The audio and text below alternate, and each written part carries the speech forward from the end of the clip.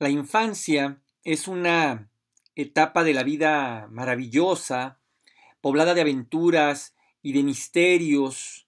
que la vivimos envuelta en un aura de curiosidad, de una curiosidad infinita por querer siempre descubrirlo todo. Es una etapa así de cierta inocencia, pero es una etapa también de mucho riesgo. Quizá la etapa de la vida en la que más riesgos corremos, en la que menos miedos tenemos por averiguar qué habita detrás de, de,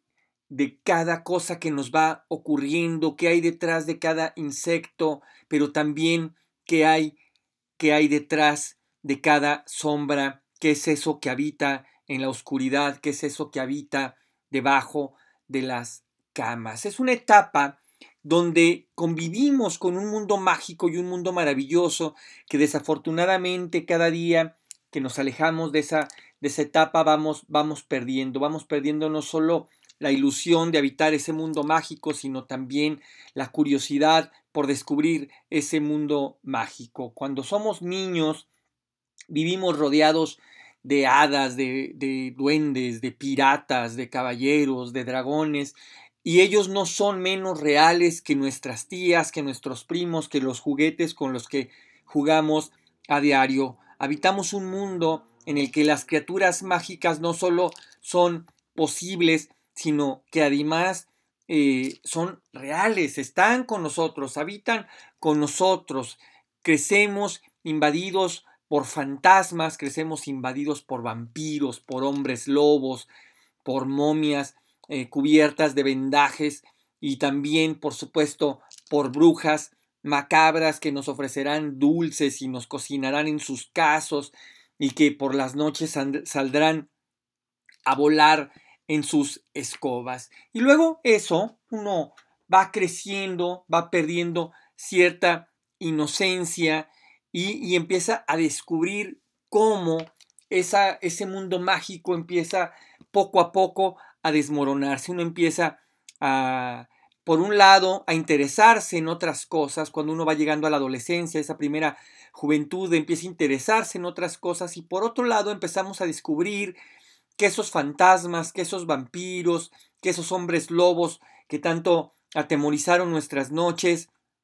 no son reales y el mundo empieza a perder cierta magia, cierta luminosidad. Pero un día, por azar quizá, uno descubre que las brujas sí existen, que las brujas son reales y eso hace que entremos en un choque brutal en ese mundo, un choque brutal que se da entre ese mundo infantil y este mundo juvenil que empezamos a vivir y que va a trascender, por supuesto, hasta nuestra edad adulta. Y es ahí que las brujas realmente son, son criaturas, por decirles de alguna manera, que nos siguen fascinando a lo largo de nuestra vida por unas razones o por otras, ya sea por su carácter místico y mágico, ya sea por su carácter rebelde. Hola, ¿qué tal? ¿Cómo están? Todas, ¿cómo están? Todos, mi nombre es Jonathan Frías y es un placer tenerlos nuevamente en este espacio donde ya saben que no hacemos otra cosa que no sea hablar de libros y sí, estamos en octubre y sí, estamos en la semana de la noche de brujas de Halloween, así que hoy hablamos Hoy hablamos de brujas. Pero antes de comenzar, ya saben las recomendaciones de siempre: like, comentar, suscribir, compartir y todas esas cosas. Esta breve introducción yo creo que no nos debe ser ajena a ninguna, a ninguno. Yo creo que todos crecimos con esas historias de fantasmas, viendo películas de terror y descubrimos que el miedo es una de las cosas más atroces, pero también más fascinantes que nos pueden ocurrir. Por un lado, el miedo tiene una función fisiológica, es decir, nos alerta de peligros y nos pone a resguardo, nos conduce a terrenos de cierta seguridad, pero también tiene un carácter seductor que nos invita a ir a arriesgarnos. Yo creo que a todo mundo le habrá pasado estar en casa un día de pronto a solas y escuchar que algo se mueve o ver en el rabillo del ojo una sombra pasar o escuchar algo y hay quienes ante estos acontecimientos sale corriendo despavorido, y hay quien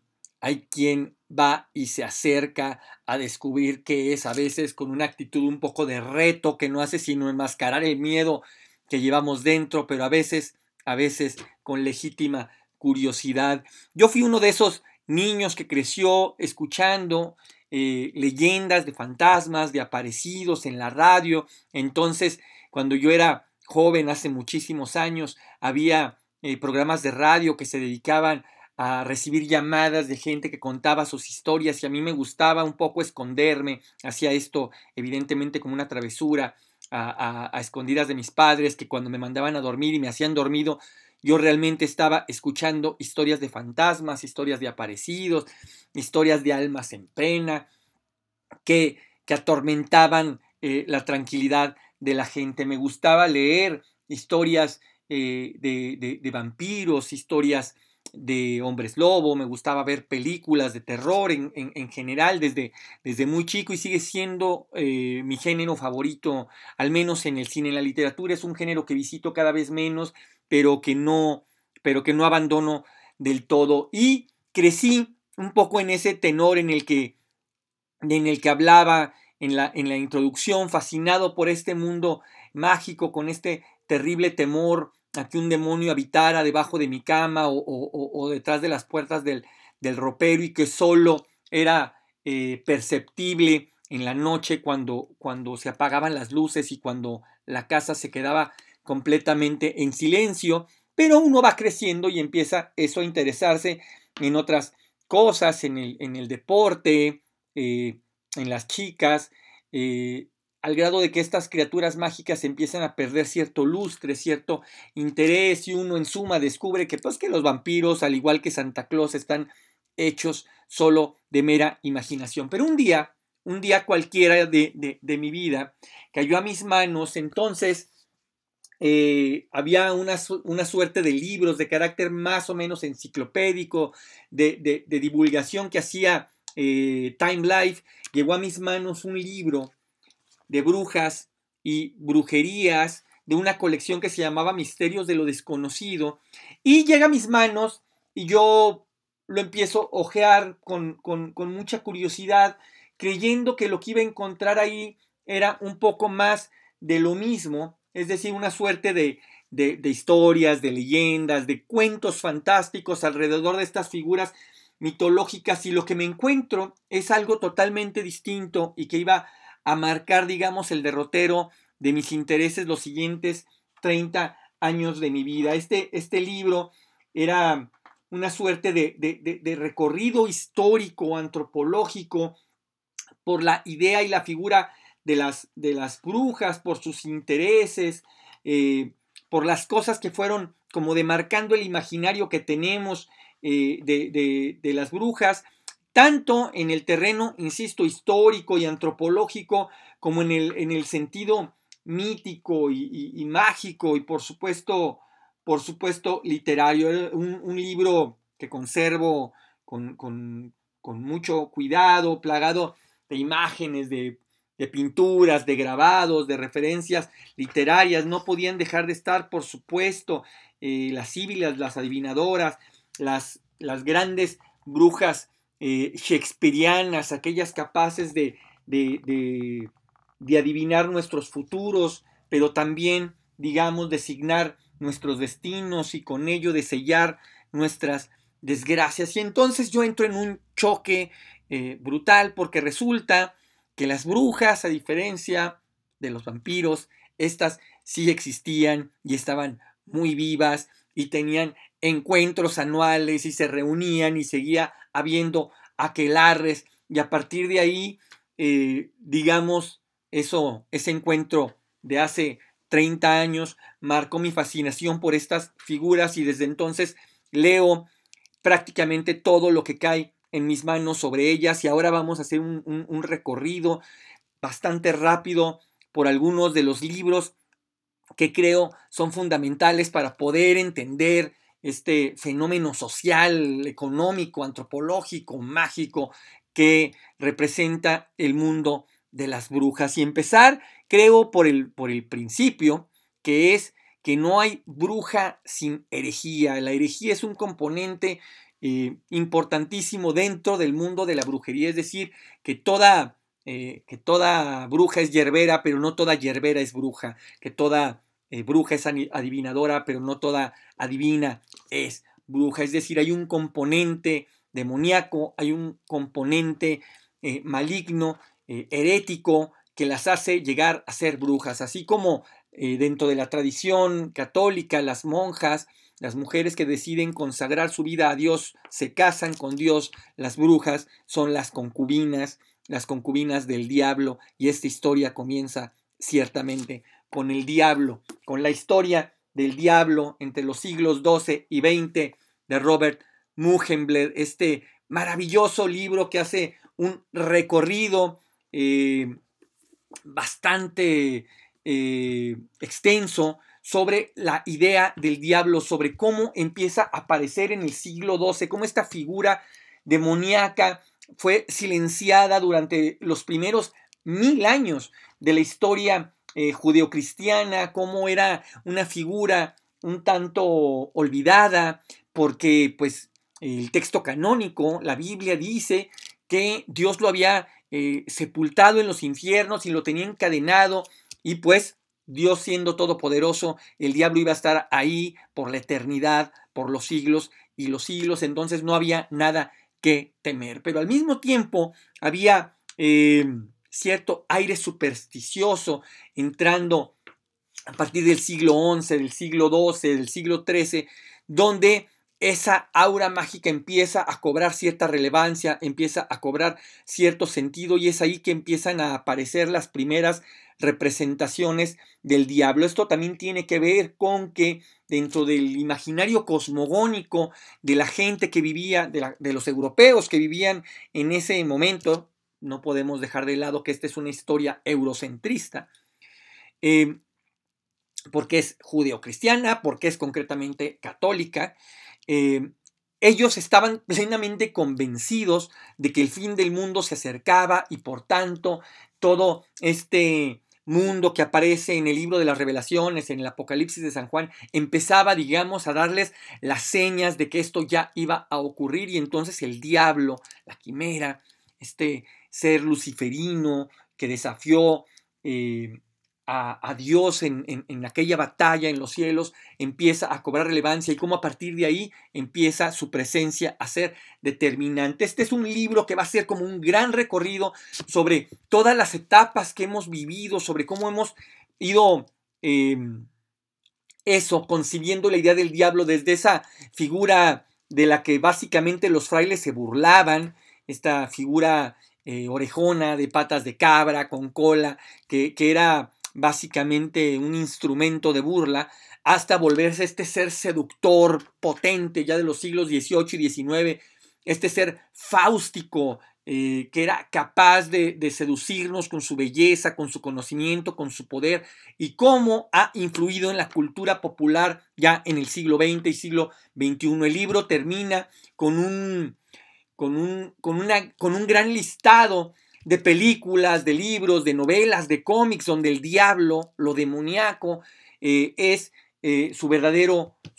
protagonista. Y hay un capítulo muy importante que tiene que ver justamente con las brujas, con cómo se da este paso a la brujería, cómo empiezan a ser seducidas ciertas mujeres con características muy, muy particulares. Entonces, la historia del diablo de Robert Mugenbler es la puerta de entrada si a uno le interesa saber de brujas, saber de brujería y saber de pensamiento mágico. Hay que conocer a quién nos estamos enfrentando. Pero no todas las brujas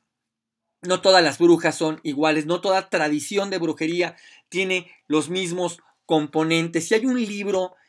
fantástico de María Jesús Zamora Calvo, que creo que es una suerte de piedra fundacional, de piedra de toque, para que uno no solo empiece a saber sobre las tradiciones de brujería, sino sobre qué tipo de brujas en específico nos interesan y nos seducen. Y ese libro es Artes Maleficorum, Brujas, Magos, Demonios en el Siglo de Oro. Este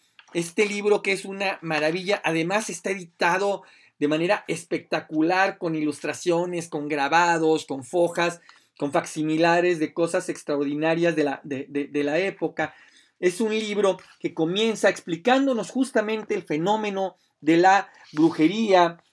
cómo se va estructurando el sabbat, y va a ser una especie de conflagración de lo que es la brujería en España, en Italia, en Alemania, en Francia, cuáles son los rituales mágicos de cada una de estas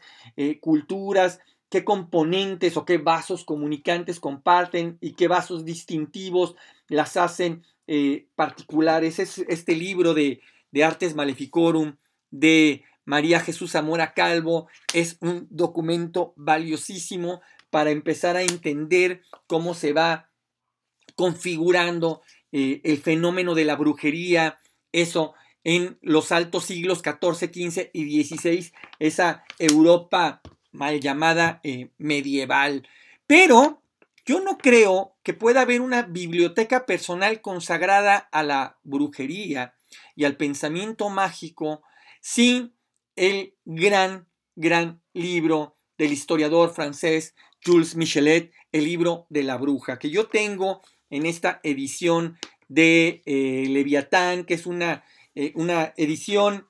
confieso que está tristemente cuidada, aunque la traducción es muy buena, la traducción del texto, porque no del título. Leviatán le puso, a saber por qué, Historia del satanismo y la brujería a un libro que sencillamente se llama Les Sorcières, la bruja, y que es, creo, el libro más fundamental y más maravilloso que uno puede leer sobre las brujas. Es un testamento y es un testimonio y es el mayor acto de defensa sobre lo que son las brujas. Un libro que comienza explicando cómo al inicio de toda civilización la mujer lo es todo. Hoy podemos incluso decir, desde una lectura completamente contemporánea, que La bruja de Jules Michelet es quizá uno de los primeros libros feministas o con un enfoque feminista para acercarse al fenómeno de la brujería, sin ser un libro condescendiente que caiga en el discurso más superficial. Y cuando digo superficial no estoy diciendo que sea frívolo, sino digamos el más inmediato, el que está encima de todo, que sería el suponer que estas mujeres solo fueron perseguidas porque pensaban diferente, porque eran liberales. Hubo muchas mujeres que en efecto fueron perseguidas por ser diferentes, por ser liberales, pero que eso no quiere decir que hubiese muchas mujeres, muchas brujas que sí eran responsables de crímenes atroces. Es decir, como decía hace un rato, si las mujeres que consagran su vida a Dios, las monjas se casan con Él, y en esa fe y en ese amor que tienen por Dios, que las lleva a seguir sus mandamientos, obran con bondad y obran con amor. Las brujas, también al ser las concubinas del diablo, obran con fe y obran con lealtad a su marido, a su Dios, a su deidad, y cometen y llevan a cabo sus órdenes. Ellas son el brazo duro del diablo, y son capaces de hacer todo lo que el diablo les ordene. Es decir, que La bruja de Jules Michelet es un libro que va a abordar el fenómeno de la brujería como un fenómeno social, cultural y sí, ciertamente religioso, y el cómo fue seduciendo a estas mujeres sin dejar a los hombres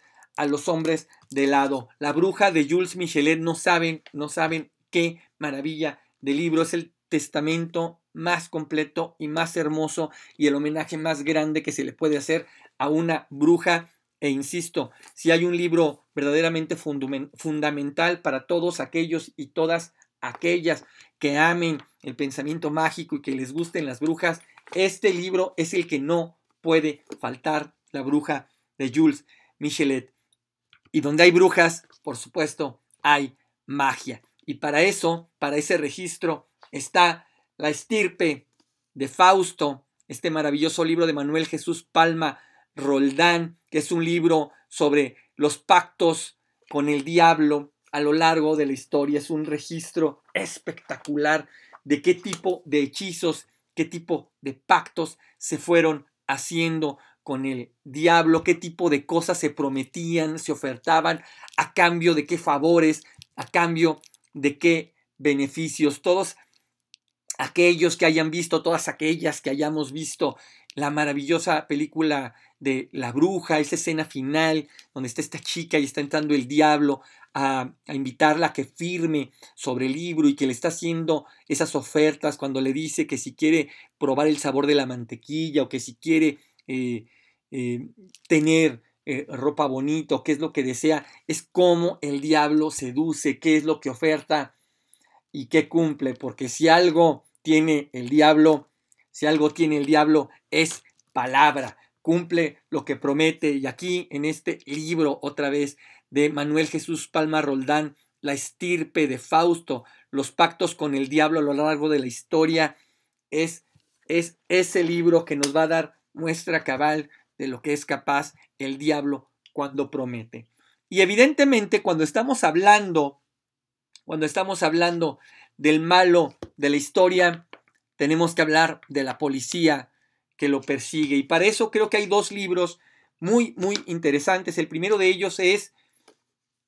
La Inquisición, de Gabriel Torres Puga, este libro editado en la colección de Historia Mínima del Colegio de México. Creo que es un libro, además, eso, pertenece a la colección de la Historia Mínima. Es un libro muy breve que apenas si alcanza las 320 páginas, que nos va a hacer un recorrido histórico muy eficiente y muy sintético de cómo nace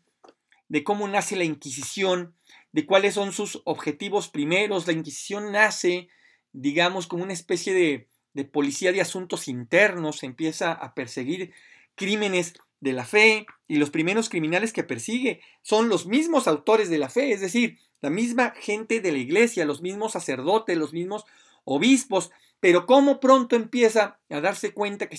si su terreno, que si su jurisprudencia es la fe, esto puede extenderse fuera de la iglesia hacia todos los feligreses, y cómo diablos empiezan a extender su brazo duro y cómo empiezan a dejarlo caer sobre la sociedad. Y al lado de esto, para poder más o menos entender las consecuencias de a dónde podía llevar el fanatismo, está este libro de La lógica de las hogueras de Nathan Wachtell, que es un documento terrorífico sobre cómo es que pensaba esta gente, sobre cuál era la lógica que implementaban, sobre qué instrumentos racionales, y estoy entrecomillando esto, estoy siendo demasiado generoso a la hora de decir que son instrumentos racionales, cuáles utilizaban para medir a quién juzgaban, a quién no, a quién llevaban a juicio, a quién no, y por supuesto a quién llevaban a la hoguera, y qué tipo de crímenes se castigaban con leña y con fuego, sobre qué tipo de personas ejecutaban los castigos más severos, porque si algo hemos sabido a lo largo de la historia es que fueron creativos a la hora de implementar tortura. Estos 6 libros creo que son un gran lugar de salida para empezar a internarse en el mundo del pensamiento mágico, en el mundo de las brujas, y empezar a ver todo lo que hay de fascinante en estas criaturas, que son algo más que esos seres retorcidos, de narices largas, con verrugas, con sus sombreros puntiagudos, alrededor de un caso como lo impuso, digamos, Shakespeare en el imaginario del mundo. Estas personas que son reales y que tienen una fe, como la mayoría de las personas, en algo, y que han normado su conducta a partir de esa fe, y que han sido capaces de grandes bondades, pero también de grandes crímenes, y que han sido perseguidas a lo largo de los siglos, y que hoy gozan, digamos, de cierta benevolencia, y que gozan de cierta redención. También mencionar 2 libros sobre casos particulares de brujas. Un caso muy famoso y muy célebre, del que se ha escrito muchísimo, como son Las brujas de Salem, y de ellas hay dos libros que creo que nadie se puede perder de esta historia que ocurrió en Massachusetts. El primero de ellos es The Penguin Book of Witches, que es, este libro es de Catherine Howe, y este libro es básicamente la recolección de todas las fojas, la transcripción de todas las fojas de los juicios de Salem. Es una reconstrucción de lo que ocurrió a nivel jurídico en Salem. Y esto, que puede llegar a sonar aburrido, les aseguro que es una de las cosas más interesantes que van a leer, porque es leer de primera mano las transcripciones de todas las preguntas que hacían los inquisidores y de todas las respuestas que hacían todas las mujeres que fueron acusadas y que fueron señaladas, particularmente el caso de Tituba, que es una cosa espectacular. Y alrededor de esto, que insisto, estos no son sino las fojas de esos juicios, está el libro de Las brujas de Stacy Schiff, que es Sospecha, Traición e Histeria en Salem, 1692, que este sí ya es un libro histórico, narrado como si fuera una novela, y no saben qué maravilla de libro es adentrarse en la reconstrucción del pensamiento mágico de ese Salem, de ese lugar alejado de todo, y de cómo esta histeria fue creciendo y creciendo y creciendo hasta llegar a ser uno de los casos de persecución de brujas más famosos de la historia. Y no puedo cerrar este episodio sin hablar de mis dos libros favoritos. Y hay dos libros de los que yo siempre me abrazo, que son mis dos grandes muletas. Los dos libros a los que más recurro serían, sin duda, Vacas, Cerdos, Guerras y Brujas, del maravilloso antropólogo Marvin Harris. Este libro, editado por Alianza Editorial, es uno de los documentos históricos antropológicos más importantes. Es un libro que analiza las funciones sociales, culturales e incluso económicas de los ritos. ¿Por qué los ritos? ¿Por qué el pensamiento mágico persiste? ¿Por qué ha sobrevivido a toda revolución? Pensemos, por ejemplo, que estas ideas que van naciendo en el siglo XI, en el siglo XII, en un momento donde la iglesia tiene un dominio absoluto, que está por encima de las leyes, por encima de los reyes, que los papas tienen un poder prácticamente absoluto, y de pronto empieza a colapsar, y aparece el Renacimiento, y aparecen las primeras universidades, y aparecen las ideas modernas, y está Descartes, y está Spinoza, y empieza a aparecer una cosmovisión completamente distinta, y luego va a aparecer la revolución industrial, las revoluciones científicas, Darwin. ¿Cómo es posible que estas ideas hayan permanecido prácticamente intocables a lo largo ya de 2 milenios? ¿Cómo es posible que la reforma del pensamiento humano se haya transformado tanto, que hayamos pasado a ser una civilización que se pensaba aislada, que se pensaba el centro del universo, a saber que no éramos ni siquiera el centro de nuestra propia galaxia, a entender que el mundo plano en el que vivíamos no era plano, al encontrar el nuevo continente, al encontrar nuevas cosmovisiones, al encontrar todo, el pensamiento judio-cristiano ha logrado sostenerse? Y eso por supuesto que tiene razones muy, muy puntuales, y Marvin Harris las analiza de una manera espectacular. Particular atención a ese capítulo casi al final del libro, donde le dedica algunas páginas a destruir y a trapear con esa farsa que es Castañeda, con esa farsa, con ese timo para tontos que es Las enseñanzas de Don Juan. Desmonta primero al personaje, a quién es Castañeda realmente, y segundo, qué es la gran mentira que esconde Las enseñanzas de Don Juan y todo lo que está alrededor de ese libro. Y el otro libro, la otra piedra de toque, para mí sería Los Benandati, del maravilloso Carlo Ginsburg, este libro sobre brujería y cultos agrarios entre el siglo XVI y siglo XVII. Este es el más grande documento que podremos encontrar sobre el impacto que tiene la Iglesia Católica cuando llega a lugares a evangelizar y a imponer su culto, como estos cultos agrarios que venían reproduciéndose durante siglos y milenios y que no buscaban sino la fertilidad y que no buscaban sino la cercanía con la naturaleza, la mejor relación entre hombres, mujeres, animales, la tierra, sus plantas.